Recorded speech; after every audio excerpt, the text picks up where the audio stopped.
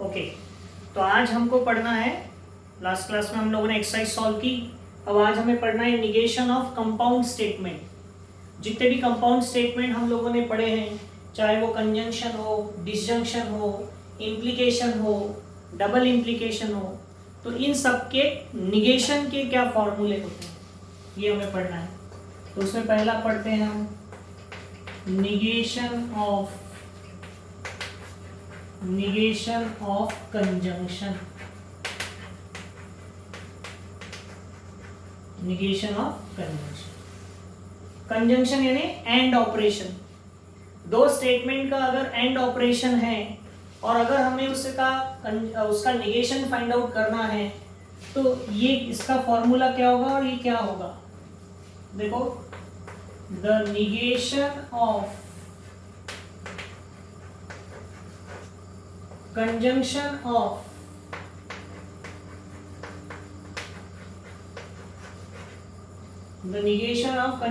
of two statement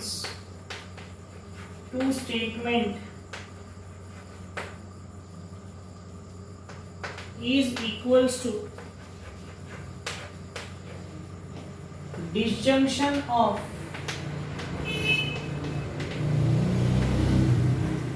their negations।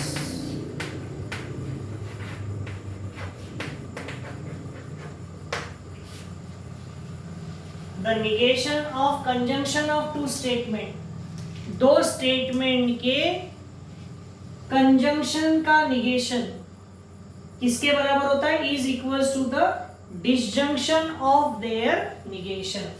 मतलब क्या, देखो, निगेशन ऑफ कंजंक्शन, हम दो स्टेटमेंट ले लेते हैं P एंड Q, ये कंजंक्शन बन गया।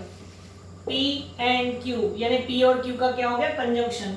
इसका निगेशन यानी इसका पूरे का निगेशन, ये निगेशन का सिंबल है, इज इक्वल्स टू यानी लॉजिकली इक्विवेलेंट किसके बराबर होगा, डिसजंक्शन। किसके बराबर होगा, डिसजंक्शन। किसका डिसजंक्शन, देयर निगेशंस यानी P और Q इनके निगेशन का डिसजंक्शन। यानी P एंड Q का निगेशन किसके बराबर होता है, निगेशन P और निगेशन Q के बराबर होता है। तो ये क्या हो गया, ये फॉर्मूला बन गया किसका, negation of conjunction of two statement. दो स्टेटमेंट के कंजंक्शन के निगेशन का ये फॉर्मूला हो गया। आ रहा है ध्यान में। तो ये पहला फॉर्मूला हो गया। अगर हम चाहे तो इसको ट्रूथ टेबल की हेल्प से प्रूव करके भी देख सकते हैं कि ये लॉजिकली इक्विवेलेंट है या नहीं। जैसे निगेशन लिया हमने कंजंक्शन का, वैसे ही हम निगेशन ले सकते हैं डिसजंक्शन का। Negation of disjunction,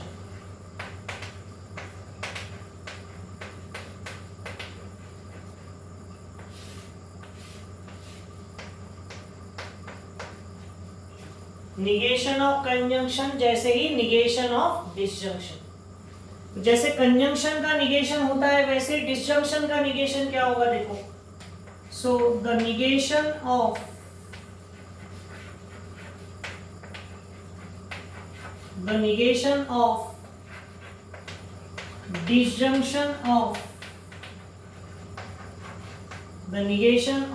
disjunction of two statements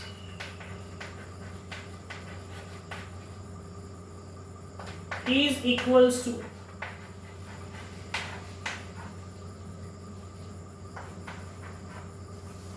equals to conjunction of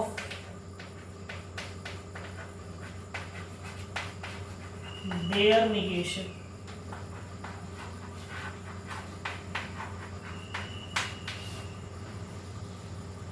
negation of disjunction, दो स्टेटमेंट के डिसजंक्शन का निगेशन यानी P और Q, ये डिसजंक्शन हो गया इसका निगेशन किसके बराबर होता है, इनके निगेशंस के कंजंक्शन के बराबर। ठीक है, तो ये क्या हो गया, ये हो गया निगेशन ऑफ कंजंक्शन और ये हो गया negation of disjunction. Negation of conjunction, negation of disjunction, ध्यान में आ गया। उसके बाद हम बात करते हैं, और हमने पढ़े थे कंपाउंड स्टेटमेंट्स। तो negation of implication,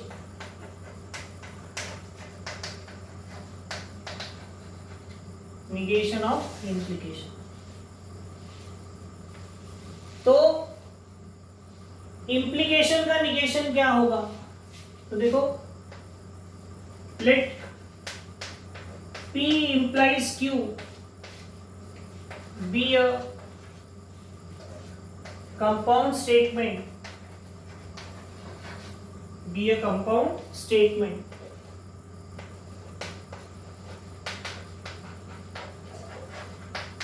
and its negation is, यानी P implies Q का अगर हमको निगेशन फाइंड आउट करना है, इसका P implies Q का, तो P implies Q का निगेशन होता है P एंड निगेशन Q। क्या होता है P implies Q का negation? P and negation Q। ध्यान में रखना, P implies Q का निगेशन क्या होता है? P and negation Q। Truth table की हेल्प से अगर हम चाहे तो इसको वेरीफाई कर सकते हैं। और हमने पढ़ा था डबल इंप्लीकेशन भी होता है कंपाउंड स्टेटमेंट। तो निगेशन ऑफ डबल इंप्लीकेशन,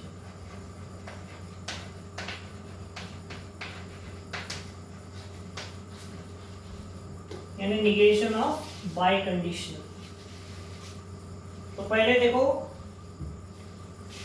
हम बाय कंडीशनल स्टेटमेंट लेते हैं। Let P double implies Q be a compound statement. ये कोई कंपाउंड स्टेटमेंट है, ठीक है। तो P इंप्लाइज Q का क्या मतलब रखते हैं? क्या मतलब होता है P implies double implies Q का? इसका मतलब होता है कि P implies Q and Q implies P।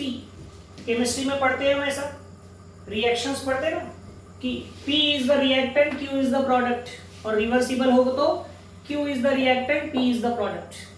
तो इसका मतलब क्या होता है? इसका मतलब होता है कि P इंप्लाइज Q, इसका मतलब होता है P implies Q and Q implies P। P double implies Q का मतलब होता है कि P इंप्लाइज कर रहा है Q एंड Q इंप्लाइज कर रहा है P, ठीक है। तो इसका इस्तेमाल करते हैं हम। तो ये हो गया P डबल इंप्लाइज Q का मतलब, और हमको इसका क्या निकालना है? निगेशन। तो therefore negation of P double implies Q, इसका निगेशन करना है, मतलब इसका निगेशन करना है। ये हो जाएगा निगेशन ऑफ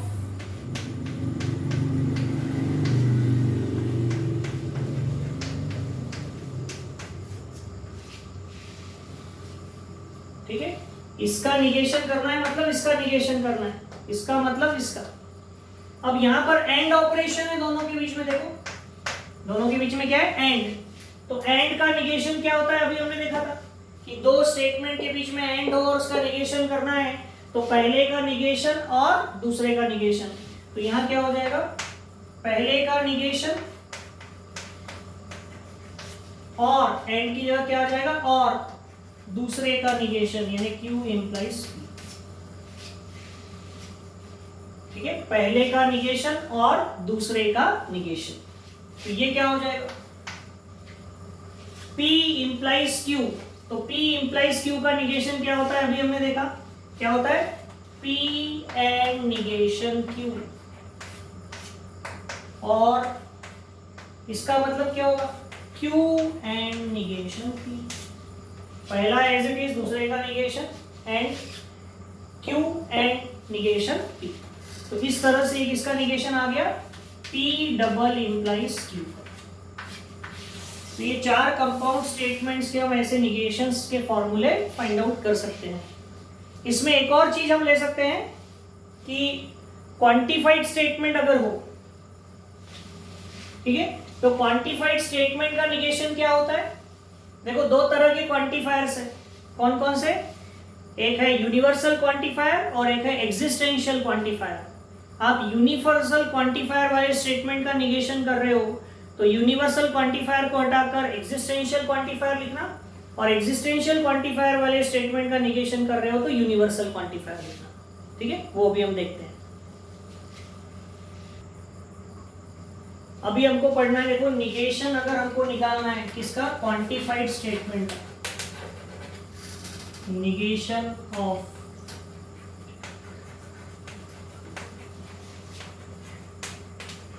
क्वांटिफाइड स्टेटमेंट। अगर आपको क्वांटिफाइड स्टेटमेंट का निगेशन करना है तो निगेशन करने का जो तरीका होता है वही तरीके से निगेशन करना है। सिर्फ एक्स्ट्रा क्या करना पड़ता है क्वांटिफाइड स्टेटमेंट के केस में? While doing negation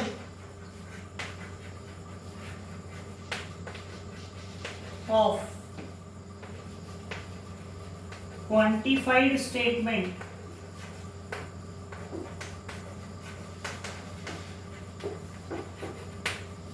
while doing negation of quantified statement, हमको क्या करना पड़ता है? Replace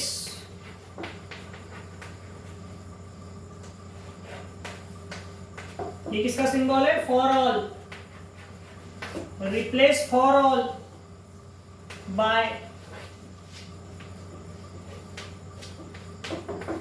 there exist and vice versa, and vice versa. मतलब अगर फॉर ऑल है तो देयर एग्जिस्ट करना, और देयर एग्जिस्ट है तो फॉर ऑल करना। और निगेशन करने के लिए नॉट लगाना है, निकालना है, वो तो करना ही है, लेकिन उसके साथ साथ इस बात का ध्यान रखना है कि फॉर ऑल है तो देयर एग्जिस्ट करना, देयर एग्जिस्ट है तो फॉर ऑल करना। तो ये निगेशन करने का तरीका है किसका? क्वांटिफाइड स्टेटमेंट का।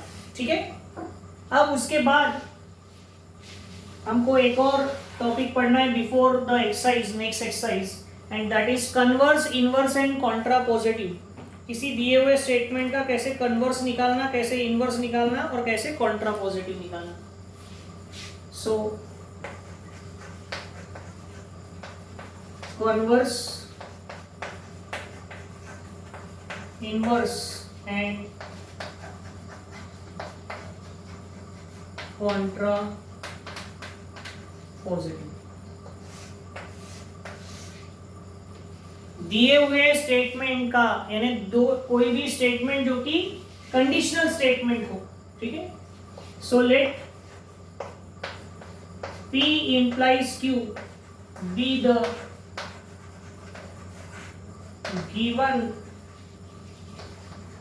given conditional statement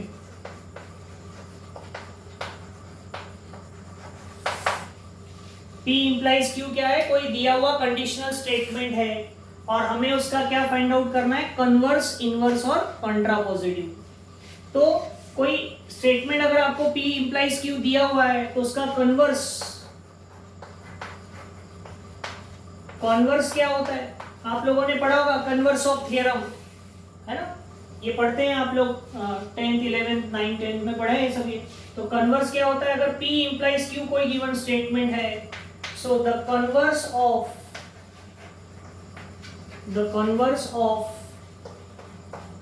P implies Q is Q implies P.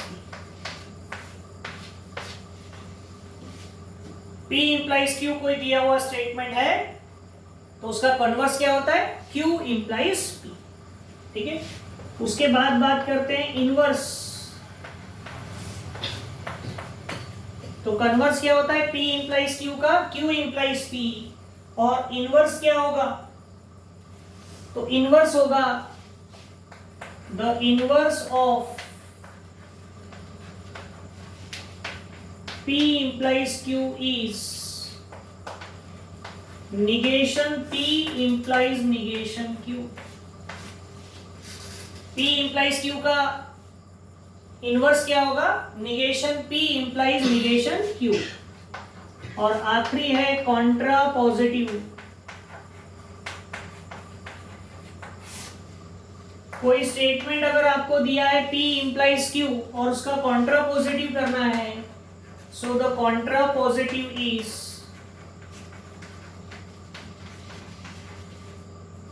the contra positive of P implies Q is क्या होगा? negation Q implies negation P। देखो P implies Q है, उसका negation करना है तो Q implies P।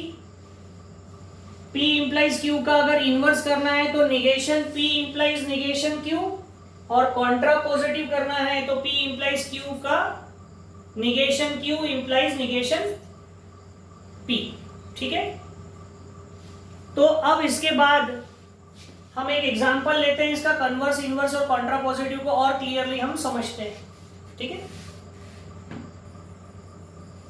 अब देखो ये एग्जांपल लेते हैं हम, ये कन्वर्स, इनवर्स और कॉन्ट्रा पॉजिटिव का।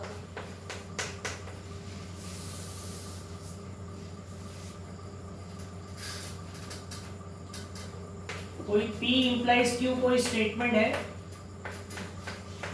If it rains then the match will be cancelled.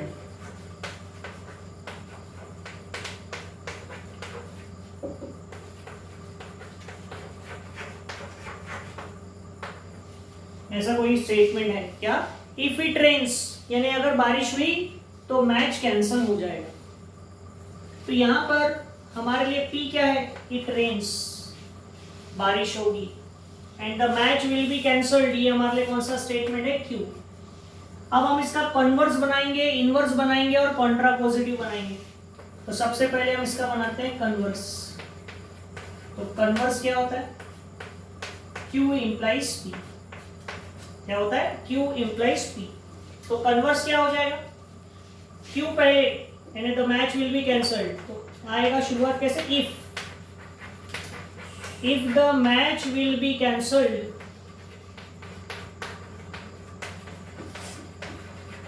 देखो पहले Q आ गया, if the match will be cancelled then अब P आएगा, इट रेन्स।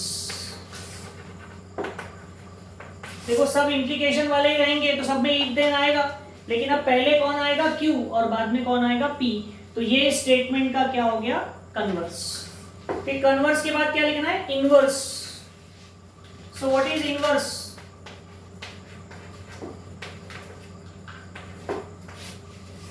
तो इनवर्स यानी क्या होता है? Negation P implies negation Q। तो इनवर्स क्या होगा? देखो पहले स्टेटमेंट का निगेशन लिखना है, इफ लिखकर, इफ